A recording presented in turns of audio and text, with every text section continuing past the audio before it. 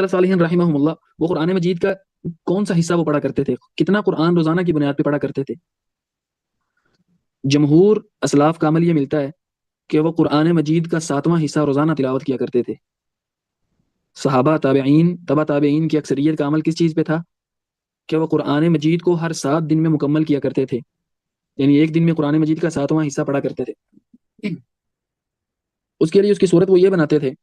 جیسا کہ آگے روایت آئے گی، سیدنا اوس الثقفی رضی اللہ تعالیٰ عنہ کی وہ روایت پہلے بھی گزر گئی ہے کہ نبی صلی اللہ علیہ وسلم جب ان کے پاس ایک دن لیٹ آئے تو آپ نے بتایا میں اپنا حزب پڑھنے میں مشغول تھا۔ اسی روایت میں آگے آتا ہے، وہ کہتے ہیں ہم نے صحابہ سے پوچھا کیف تحزبون القرآن، آپ قرآن کا حزب کیسے مقرر کرتے ہیں، آپ کی قرآن پڑھنے کی کیا روٹین ہے؟ کہتے ہیں صحابہ نے ہمیں پھر بتایا کہ ہم قرآن مجید کو ایسے پڑھتے ہیں اور یہ ہمارے حزب کی روٹین ہے کہ پہلے دن 3 صورتیں، سورۃ الفاتحہ کے علاوہ البقرہ، آل عمران، النساء، پہلے دن 3 صورتیں تلاوت کرتے ہیں، دوسرے دن 5، تیسرے دن مزید آگے 7 صورتیں، اس سے اگلے دن 9 صورتیں، پھر 11 صورتیں، چھٹے دن 13 صورتیں تلاوت کرتے ہیں، اور 7ویں دن جو مفصل صورتیں ہیں جن کو مفصل کہا جاتا ہے سورہ قاف سے الناس تک، 7ویں دن ہم اس حصہ کی تلاوت کر کے اپنا قرآن مکمل کرتے ہیں۔ تو جمہور صحابہ تابعین کا عمل یہی ہے کہ ہر 7 دن میں وہ قرآن مجید کو مکمل کرتے ہیں۔ تو ممکن ہے کوئی شخص کہے کہ جمہور تو دلیل نہیں ہوتی، شیخ صالح العثیمین کہتے ہیں کہ یہ بات ٹھیک ہے کہ جمہور جو ہے نا دلیل نہیں ہوتی، لیکن ایک جمہور اور ایک بڑی جماعت کے ایک طرف ہونا اس چیز کی ہیبت ضرور ہے، کہ یہ کوئی ایسی بات نہیں ہے جس کو آپ اٹھا کے سائڈ پہ کر دیں، اس کی ایک ہیبت ہے۔ ایک جمہور امت کا اس چیز پہ عمل رہا ہے قرون اولیٰ میں کہ وہ روزانہ کی بنیاد پہ 7واں قرآن کا حصہ تلاوت کیا کرتے تھے۔ تو انسان کو بھی کوشش کر کے تدریجاً اس مرحلے تک پہنچنے کی انسان کو کوشش کرنی چاہیے، کوشش کریں اور اپنا اس کو گول بنا لیں، گول سیٹ کر لیں اپنی زندگی کا کہ ابھی قرآن کا میں حزب شروع کرتا ہوں تو پہلے دن میں اگر آدھا پارہ کرتا ہوں تو 1 پارہ 2 پارہ، اسی طرح میں کرتے کرتے صحابہ تابعین کے عمل تک انشاءاللہ میں نے پہنچنا ہے۔ تو اللہ رب العالمین انشاءاللہ اس کام کو آپ کے لیے آسان کر دیں گے، اور اس کے بہت سارے فوائد بھی ہیں کہ اگر انسان اس پہ عمل کرنے لگ جائے۔ پہلا سب سے بڑا فائدہ تو یہ ہے کہ جمہور صحابہ تابعین کے طریقے پہ انسان کا عمل ہو جاتا ہے، ان کی سنت پہ عمل ہو جاتا ہے۔ اور دوسرا طریقہ یہ ہے، اور دوسرا اس کا فائدہ یہ ہے کہ یہ قرآن مجید کو یاد رکھنے میں بڑا معاون ہے، جیسا کہ ابن جماعہ الکنانی رحمہ اللہ اپنی کتاب تذکرۃ السامع والمتکلم میں بیان کرتے ہیں،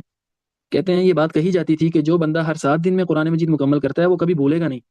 تو جو حفاظ ہیں وہ اس چیز کو اپنے سامنے رکھیں کہ ہر 7 دن میں اگر وہ قرآن کی تلاوت کرتے ہیں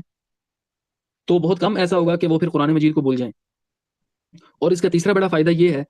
کہ یہ طریقہ چونکہ جیسا میں نے پہلے بتایا کہ صورتوں کے اختتام پہ انسان رکتا ہے، یعنی پہلے دن اگر 3 صورتیں ہیں تو دوسرے دن اگلی 5 صورتیں ہیں، تو انسان جہاں پہ رکتا ہے اپنی تلاوت ایک دن کی ختم کرتا ہے وہ صورت کا اختتام ہوتا ہے۔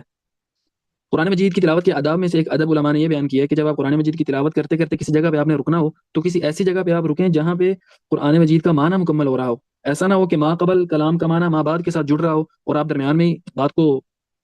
قرآن مجید کی تلاوت کو ترک کر دیں۔ مثال کے طور پہ چوتھا پارہ آپ پڑھ رہے ہیں تو جب آپ نے چوتھا پارہ مکمل کیا، آخری جو آیت ہے اس میں اللہ رب العالمین نے محرم جو رشتے ہیں انسان پر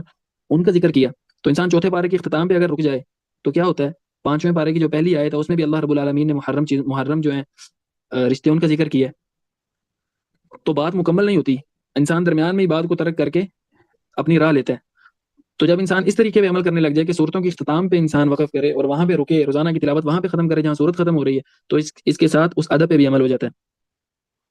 اور اس طریقے کی اصل ایک حدیث سے ملتی ہے، سیدنا عبداللہ بن عمر رضی اللہ تعالیٰ